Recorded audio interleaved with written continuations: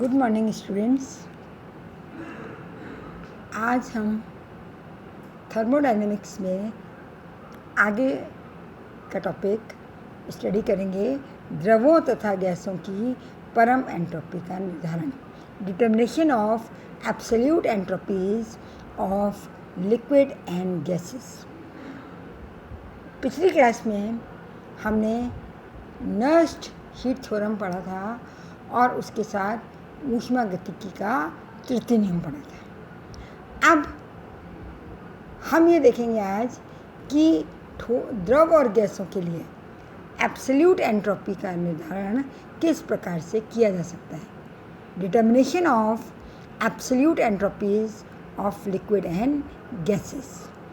ऊष्मागतिकी के तीसरे नियम से, तृतीय नियम से हम जानते हैं कि किसी ताप पर गैसों तथा द्रवों की परम एंट्रोपी का निर्धारण किया जा सकता है। परम शून्य ताप पर क्रिस्टलीय पदार्थ की एंट्रोपी कितनी होती है? हमने पढ़ा था पिछले टर्म पर, शून्य होती है।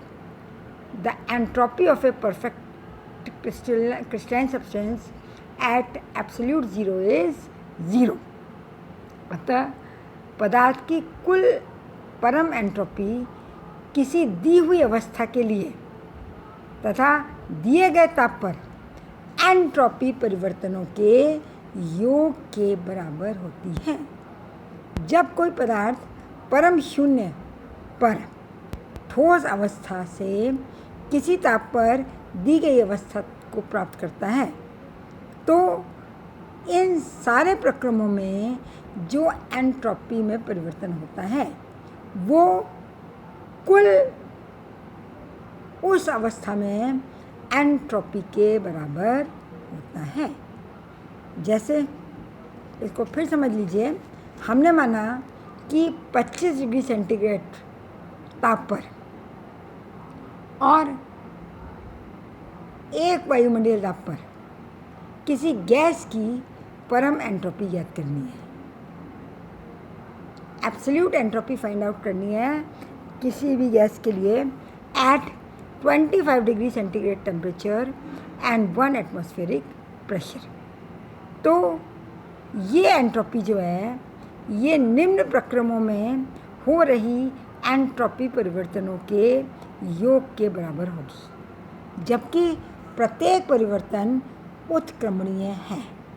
देखिए कैसे आएगा, बहुत इंटरेस्टिंग है कि सबसे पहले अपने पास क्या है, क्रिस्टलीय ठोस है जो कि परम शून्य ताप पर है। अब जब ये परम शून्य ताप से उसके गलन ताप फ्यूज़न टेम्परेचर तक गर्म करते हैं तो उसमें एंट्रोपी में होने वाला परिवर्तन, क्रिस्टलीय ठोस को परम शून्य से उसके गलन ताप फ्यूज़न टेम्परेचर तक गर्म करने पर, यानी T = 0 से T = TF तक, सबसे पहले क्या होगा, the crystalline solid is heated up to its fusion temperature from absolute zero. Absolute zero पर इसकी एंट्रोपी कितनी है? शून्य। और जब हमने इसको TF फ्यूज़न ताप तक, गलन ताप तक या फ्यूज़न टेम्परेचर तक गर्म किया तो इस प्रक्रिया में एंट्रोपी में होने वाला परिवर्तन, जिसको हम क्या लिखेंगे, डेल्टा S1, ये किसके बराबर होगा? ये बराबर होगा CP heat capacity at constant pressure. CP solid के लिए, D log T इसका समाकलन करना है, इंटीग्रेशन करना है, कहाँ से कहाँ तक? 0 से TF तक, फ्रॉम 0 to TF। CPS क्या है? ये है ठोस की ऊष्माधारिता स्थिर दाब पर, heat capacity of solid at constant pressure. हाँ, यह नहीं लिखा हुआ है पर CP मीन्स कांस्टेंट प्रेशर, जबकि दाब निश्चित है। CPS is a heat capacity of solid at constant pressure, ठोस की ऊष्माधारिता स्थिर ताप पर। अब क्या हुआ, यहाँ पर ठोस 0 डिग्री केल्विन से अपने गलन ताप या फ्यूज़न टेम्परेचर तक आ गया। अब सेकेंड स्टेप, फ्यूज़न टेम्परेचर पर क्या होगा, ये ठोस अवस्था से गैस अवस्था में परिवर्तित होगा। इस प्रक्रम में एंट्रोपी में परिवर्तन होगा, उसको हम क्या कहेंगे, डेल्टा S2। और ये डेल्टा S2 किसके बराबर होगा, ये बराबर होगा delta H fuse upon TF। Delta H fuse गलन की गुप्त ऊष्मा, लेटेंट हीट ऑफ फ्यूज़न, और TF आप जानते हैं गलन ताप या फ्यूज़न टेम्परेचर। अब ये सेकेंड स्टेप हुआ, इक्वेशन नंबर 2, समीकरण नंबर 2। अब क्या हुआ, अब ये द्रव में परिवर्तित हो गया, लेकिन इसका ताप किसके बराबर है, गलनांक TF के बराबर। अब हम इसे फर्दर गर्म करेंगे तो ये कहाँ से कहाँ तक टेम्परेचर कहाँ से कहाँ तक बढ़ेगा, TF से TB तक, गलनांक से क्वथनांक तक। अब इस दौरान द्रव को उसके गलनांक TF से TB तक गर्म करने पर एंट्रोपी में होने वाला परिवर्तन क्या होगा, when the liquid is heated from its fusion temperature to its boiling point, TF to TB, then the change in entropy किसके बराबर होगा, ये आप जानते हैं, ये बराबर होगा डेल्टा S3। डेल्टा S3 ये बराबर होगा CPL। L मतलब लिक्विड के लिए, D log T कहाँ से कहाँ तक, इंटीग्रेशन समाकलन कहाँ से कहाँ तक, TF से TB तक। ठीक है, उसी तरीके से वहाँ पर सॉलिड था तो CPS था, यहाँ पे अब लिक्विड अवस्था है तो CPL D log T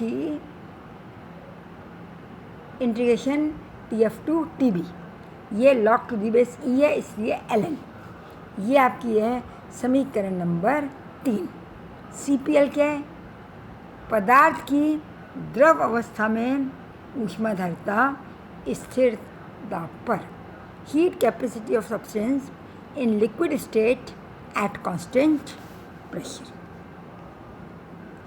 अब ये कहाँ तक पहुँच गया, ये बॉइलिंग पॉइंट तक पहुँच गया, क्वथनांक तक। अब क्या होगा, क्वथनांक पर या बॉइलिंग पॉइंट पर द्रव अवस्था गैसीय अवस्था में परिवर्तित होगी। At boiling point liquid state changes into gaseous state. तो फोर्थ पॉइंट क्या होगा, ताप TB पर द्रव अवस्था का गैसीय अवस्था में परिवर्तन। इस प्रक्रम में एंट्रोपी एंट्रोपी परिवर्तन जो है वो क्या होगा, वाष्पन की एंट्रोपी ऑफ वेपराइजेशन। तो डेल्टा S4 ये किसके बराबर हो जाएगी, उसी तरीके से ये बराबर हो जाएगी delta H vaporisation upon TB। जैसे डेल्टा S2 बराबर हुई थी delta H fusion upon TF के, इसी तरीके से डेल्टा S4 किसके बराबर हो जाएगी, delta H vaporisation upon TB। Equation number 4। Delta H vaporisation वाष्पन की मोलर गुप्त ऊष्मा, molar latent heat of vaporisation. अब यहाँ हमें गैसीय स्टेट यह गैसीय अवस्था प्राप्त हो गई। अब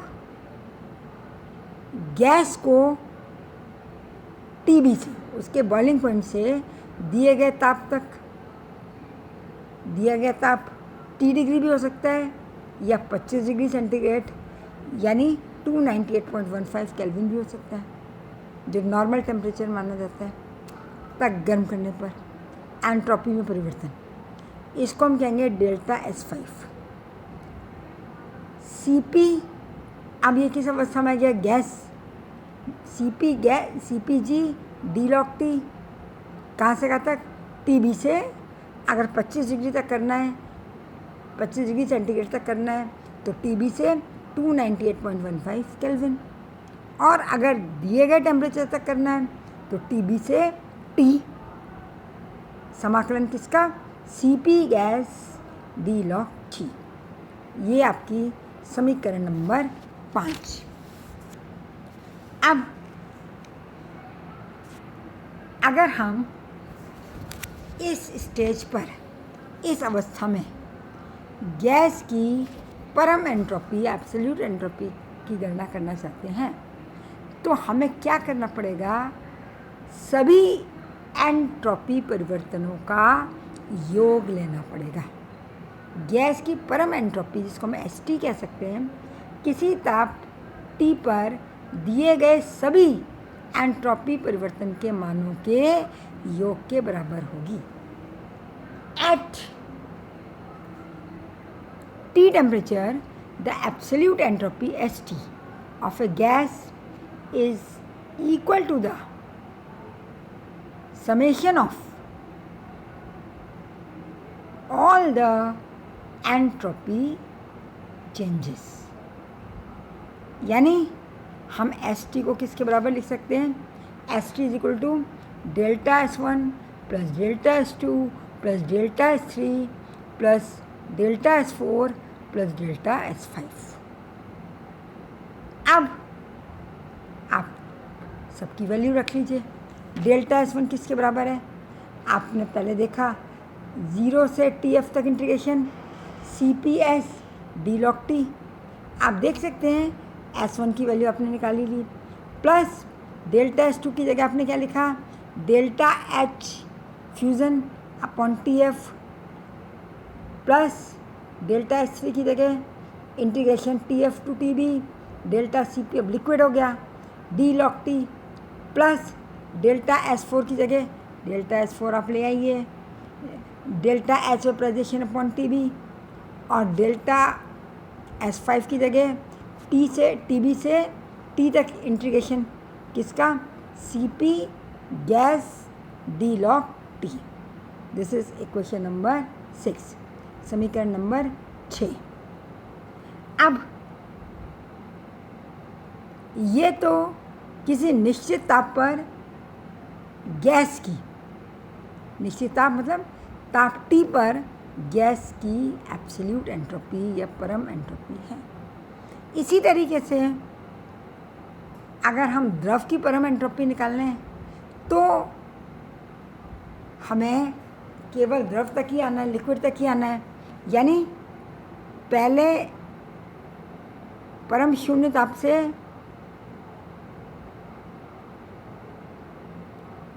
TF तक, फिर TF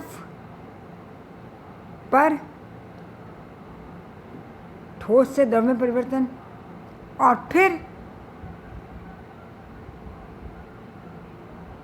TF से T टेम्परेचर तक।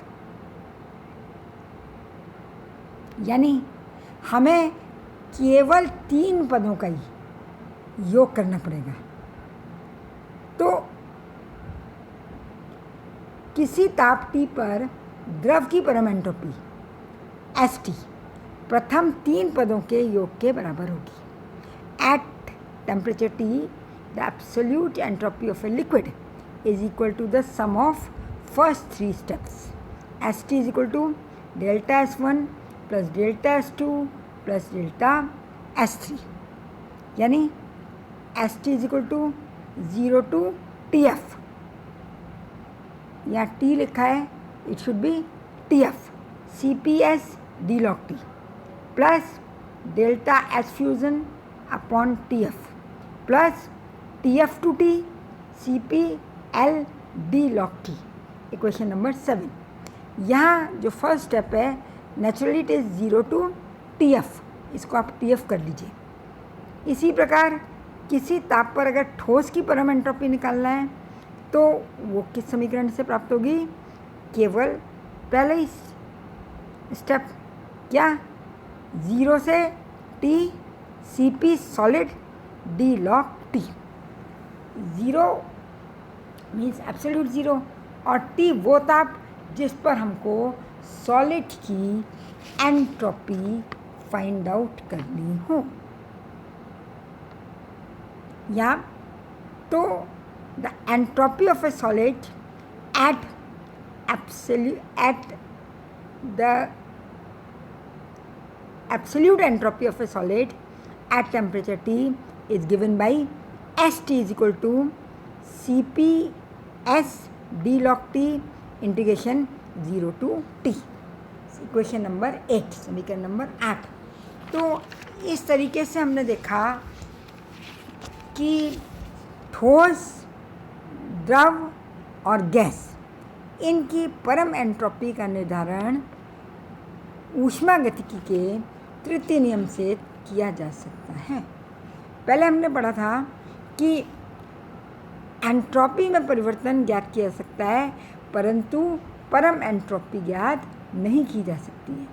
तो यहाँ हमने देखा कि परम एंट्रोपी ठोस, द्रव और गैस के लिए किस प्रकार से ज्ञात की जा सकती है। अब यदि ताप जो है वो शून्य, परम शून्य, T इज इक्वल टू 0 और T is equal to TF के बीच में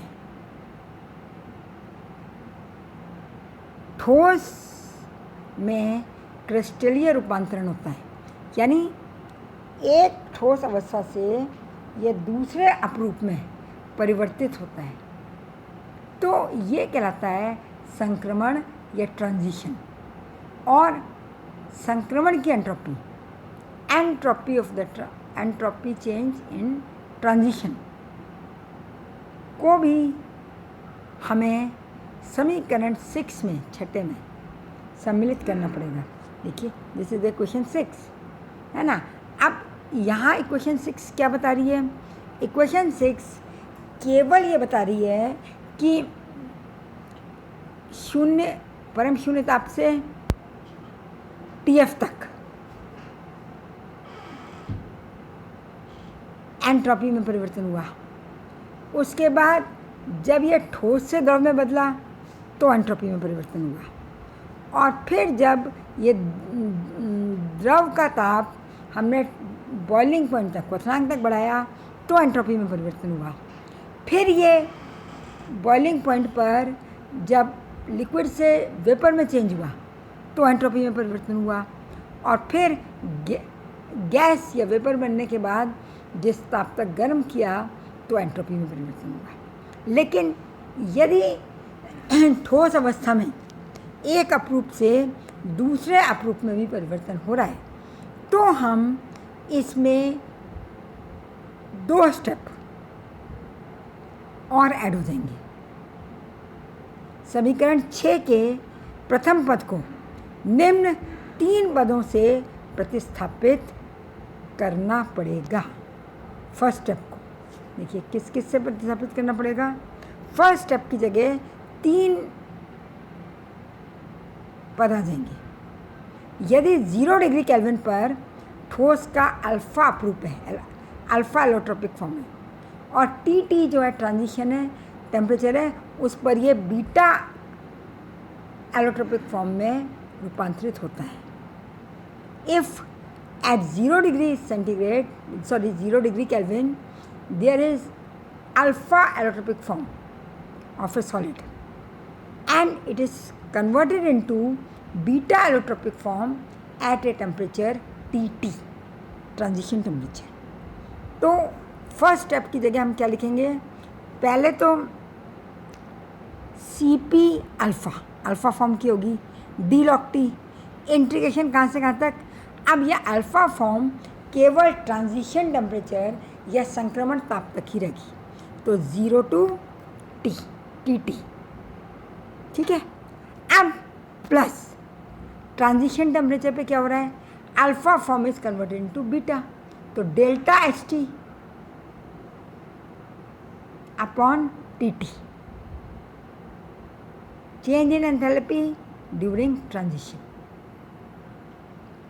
संक्रमण की गुप्त ऊष्मा, लेटेंट हीट ऑफ ट्रांजिशन।